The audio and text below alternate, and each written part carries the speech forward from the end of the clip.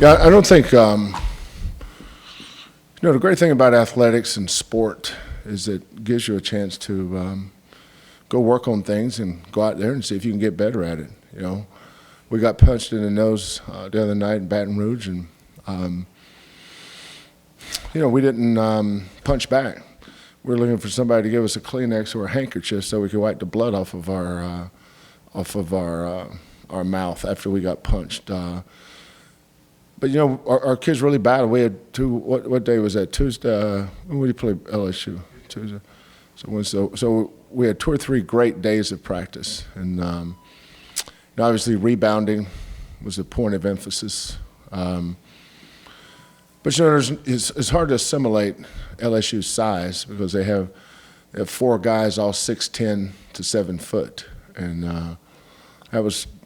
I don't think we were ready for that. But I didn't see a lot of fight either, and that's been a hallmark of this program. That's how we beat Cincinnati and LSU and SMU and Temple and everybody in the league last year because we were fighters. But we had to get back to that. Sometimes you need to be reminded who you are. If you run around here thinking you're a little better than you actually are, this game is very humbling. It'll tell you who you are. So I thought we played with a great identity tonight, led by Damian Dotson and Rob Gray. Those 2 guys were outstanding. Dot got back on the boards, and that's the hardest he's played all year. I think that's the hardest Rob has played at both ends all year. And they'll lead other guys with them. So I was just pleased with the effort tonight. We've got a bunch of games left. I don't get carried away with games in November, winning or losing one way or the other. But the practices after LSU actually was more important than the game itself. Question, please. John, you mentioned from Tuesday to now, and you go through the practices.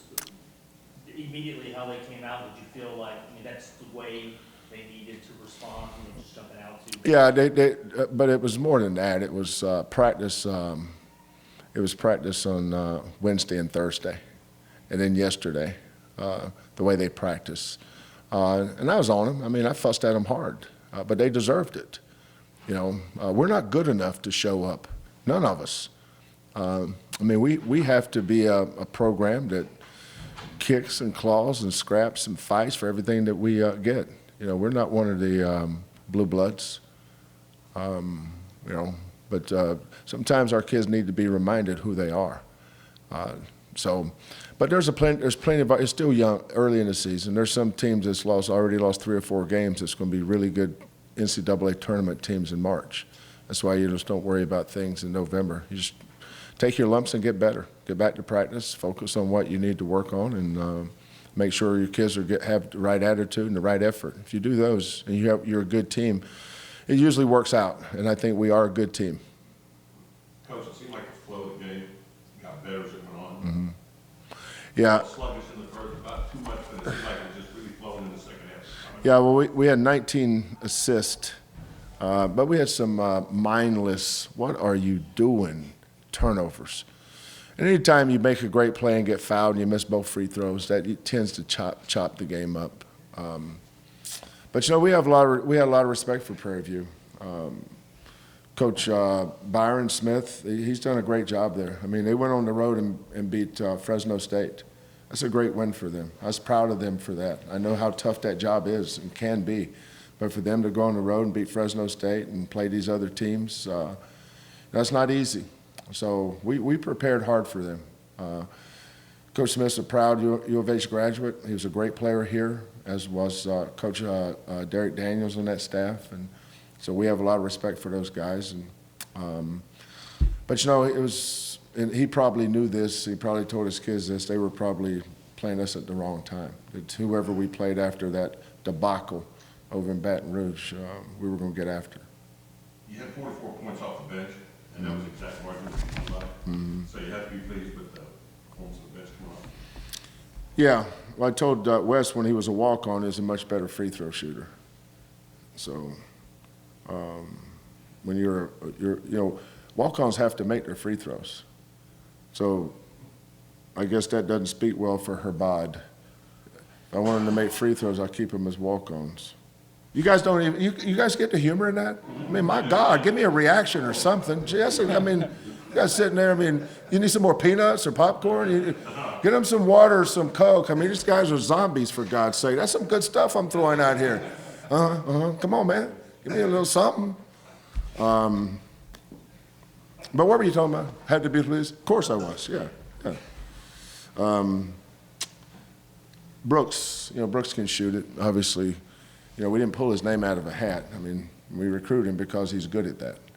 Dunnigan too. But, those two guys are, game like today was really, really good for them because it gave me a chance to give them extended minutes. I mean, how many minutes? Armani played 21 minutes. That's probably more minutes he's played all year. But that'll help him going as we move further into the schedule. But we got guys off the bench that can score. And now that they're getting some playing times, that allows me to hold those guys accountable that's on the floor that are starting. They have to look over their shoulder a little bit.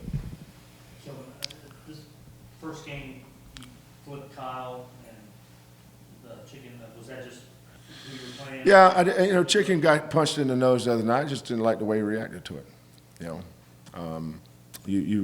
You reward things and then you penalize things. That's no different. I've always done that. Having Kyle out there, we won 22 games last year with Kyle as our starting five. And I thought his effort, his energy early on the offensive glass was important for us. Rob, there's so much about offense that comes easy to him. I have to stay on top of him to make sure he's making sure the game is easy, i.e. don't play in traffic and things like that. But Rob's a very gifted offensive guy. Rob, what was different, in your opinion, for the team Tuesday today? I should say, how Coach got on to us and our response. Mm-hmm. So that's definitely the difference. We came out ready to punch them instead of, receiving blows like Coach was suggesting earlier. But just our overall intent to just fight and scrap and claw, that was the difference. Second half, Rob, more of a moving the ball around. Not necessarily you having to shoot as much as that kind of you weren't as involved, but you were in other ways. Yeah, that's one thing Coach Sampson always tries to tell me. Just be the best all-around player I can be. And I didn't have to go score 20 more points the second half. Just try to help our team to win the right way. So rebound, assists, steals, whatever I got to do. Anything else? Kelvin, you're about halfway through your out-of-conference schedule, getting ready, heading into conference. Where would you kind of rate your team as how you want them to be, as when they started, and where you want them to be with conference play? Well, we've played a good non-conference schedule. Some people got confused with UNC Pembroke and Angelo State. Those aren't scheduled games. Those are exhibition games. But, George Mason went on the road and won at Northern Iowa. Did you guys know that? Northern Iowa, who did they just beat, Nate? Northern Iowa beat somebody really good. And George Mason, one of those. George Mason is really good. And so is Vermont. Vermont beat Yale, and Yale won at Washington. So we played a really good schedule. We played LSU, Yale, LSU, Vermont, George Mason. Those are three good teams. And now we're getting ready to go play Arkansas. And then we got Rhode Island coming up, who's a top 25 team in the nation, and they have been the entire year. Rhode Island beat Cincinnati. Cincinnati just won at Iowa State. So, I love everything about our non-conference schedule because it will have us ready for conference play. But the big thing about your team this time of year, you really have to focus on what's in front of you and not what's ahead of you. It's really important. So what's in front of us after the LSU game was practice the next day. That was really important practice. And then the next day's practice was really important. And then the next day, and then today, the way we responded. Now we'll practice tomorrow, get ready for Arkansas tomorrow, and then leave on Monday and go play them on Tuesday. But we got better. We got better in practice after the LSU game. So that's what was important. So in the Arkansas game, everybody around here knows the history and the Southwest Conference, have them on the schedule, and is the return when you reopen this place, or there's not a game next year? Yeah. No, we'll play them next year. So it's like two there and one here? What? No, next year, Oh, we just play them twice, home and home. There's no third game. You know, I think we're going to renew the schedule with LSU. We're going to play LSU again. We're trying to get Arkansas to play us. I'd like to do a 4-year deal with them. We're going to do a 4-year deal with LSU. I mean, that's not signed yet, but we've agreed and they've agreed.